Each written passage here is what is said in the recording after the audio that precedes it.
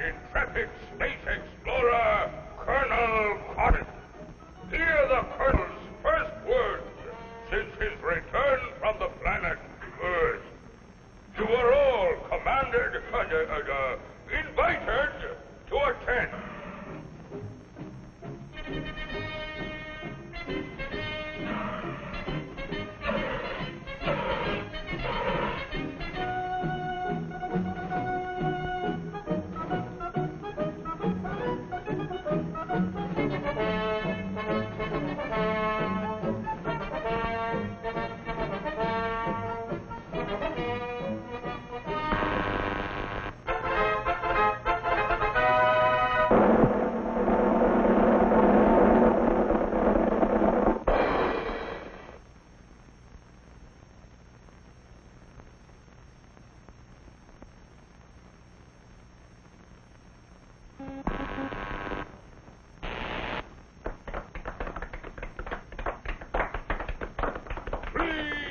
Please, thank you for this unsolicited testimonial. And now, by special permission of the Commander-in-Chief, me, here is Mars' first space explorer, Colonel Cosmic.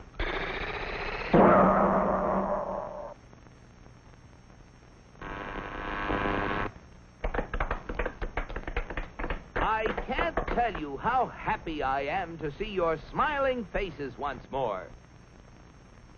First, let me say that this trip was made possible only by our dauntless chief, Og the Magnificent, introducer of Og Power, which runs most of our industry, an inventor of Og Speed, which doubles the original Og Power. A short time ago, the master was having trouble with the state limousine. He had, of course, developed the explosive charge. But it was inclined to get a little out of hand, just slightly. And, of course, there was always the problem of friction. Parts rubbing together, heating up, and causing all sorts of trouble.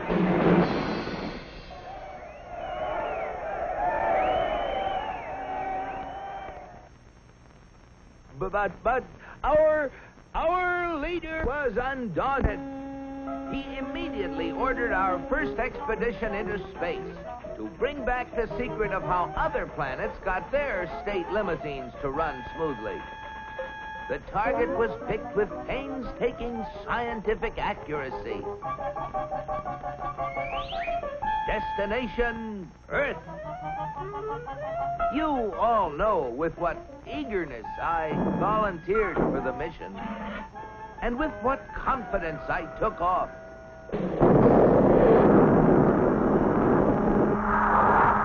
I took careful bearings and set out for my goal. It seemed no time till I was approaching a country of Earth called, the United States of America.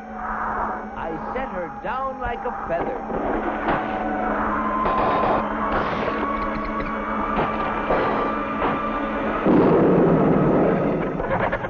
What's that, Pop? What's all the racket? Naturally, I protected government property by making the saucer invisible. They're after the chickens, Ma! And though the natives showed great interest in me, I decided to make myself invisible, too. Seeing moving lights in the distance, I headed for them. What phenomenal luck! I had landed close to what seemed to be an endless procession of state limousines. They moved quickly, and yet with fantastic smoothness. I just had to get a closer look at one of those Earthmobiles.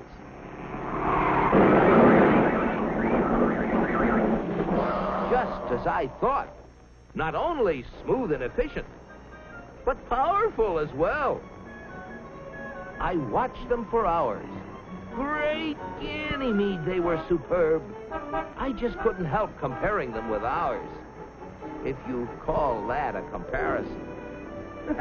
Surely these vehicles must be the property of the highest officials. I was wrong.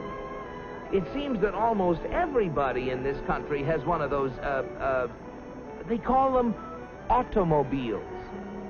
They use them for transportation, for business, for pleasure. They use them for all sorts of things. I found that these vehicles gather at places called service stations, where they are fed, lubricated, that's how they beat friction, and given the finest care. The source of their nourishment was something called petroleum. A power source like that must be a highly prized state secret. I had to find out about it. Perhaps the secret lay within this government archives building. It was heavily guarded, but casting discretion to the winds, I walked boldly inside. Their code was remarkably easy to break. They merely substituted the word oil for petroleum. And I soon got hold of a veritable mine of classified information. I began to assimilate the material. I soon found out that though petroleum products are easily found anywhere, petroleum itself is a very elusive substance.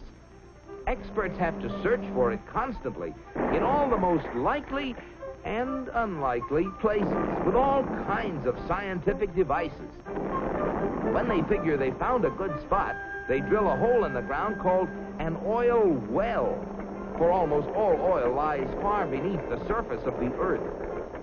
These wells go down thousands of feet and cost a lot of money to drill. But that's no guarantee that they're going to find oil.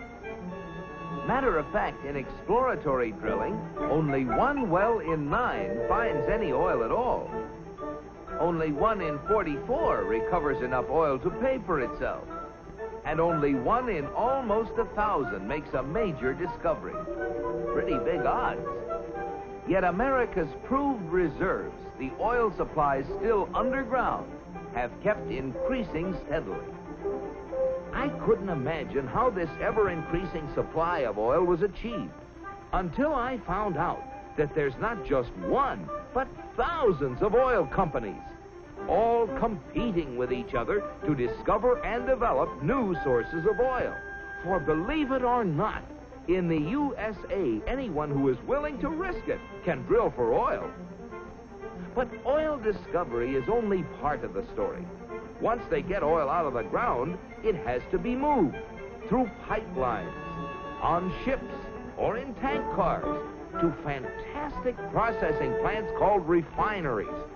Crude oil goes in, and great Jupiter, the things that come out. Gasoline, for example, the most efficient mobile power source on Earth. That was the stuff that powered all those cars and trucks. And asphalt, which makes smooth, durable roads.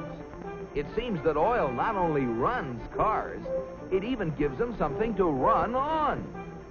Another oil product is the diesel fuel, which runs giant trains across the nation.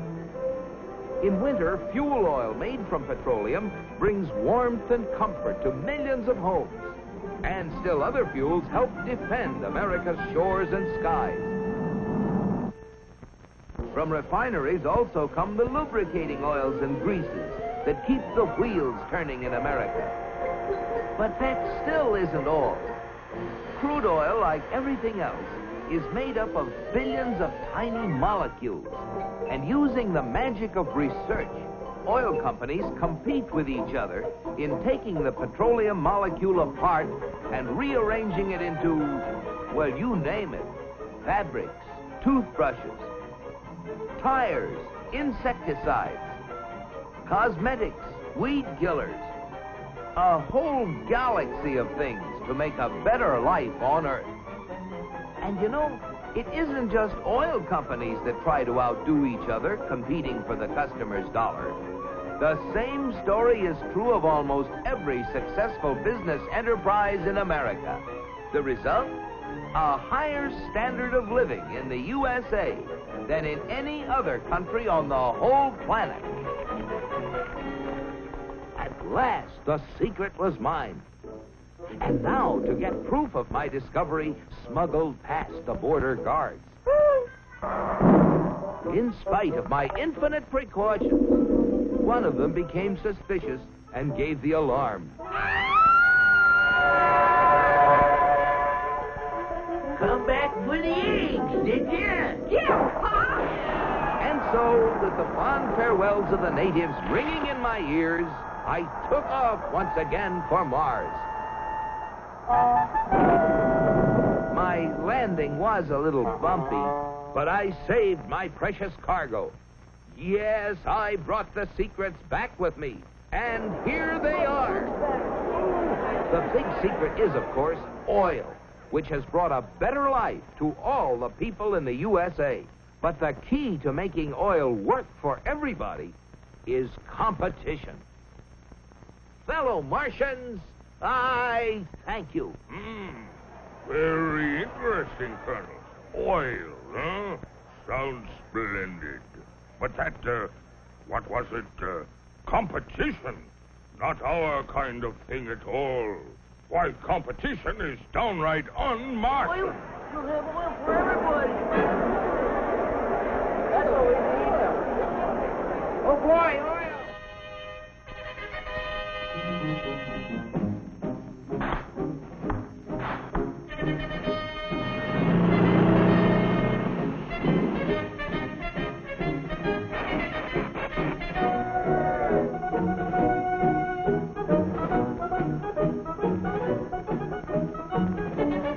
Look at them.